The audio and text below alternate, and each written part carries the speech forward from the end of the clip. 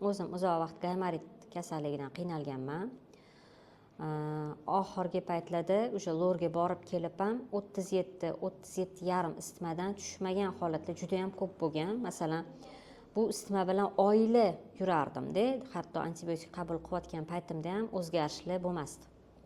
Keyin bu mahsulotni ko'rib qoldim, tanishib chiqdim. Hamma kasallik qo'zg'atuvchilarni bir vaqtda o'zida zararsiz holatda chiqarishini eshitganimdan keyin tavakkal qilib katta dozada ichishni boshladim. Ya'ni bitta qopqoqchadan har soatda, har yarim soatda hattoki ichishni boshladim. Kuchli balg'am ko'chishlar, rangi o'zgargan balg'amlar ko'chganini o'zimda ko'rdim. Ya'ni kuchli tozalovchiligiga yana ham ishondim.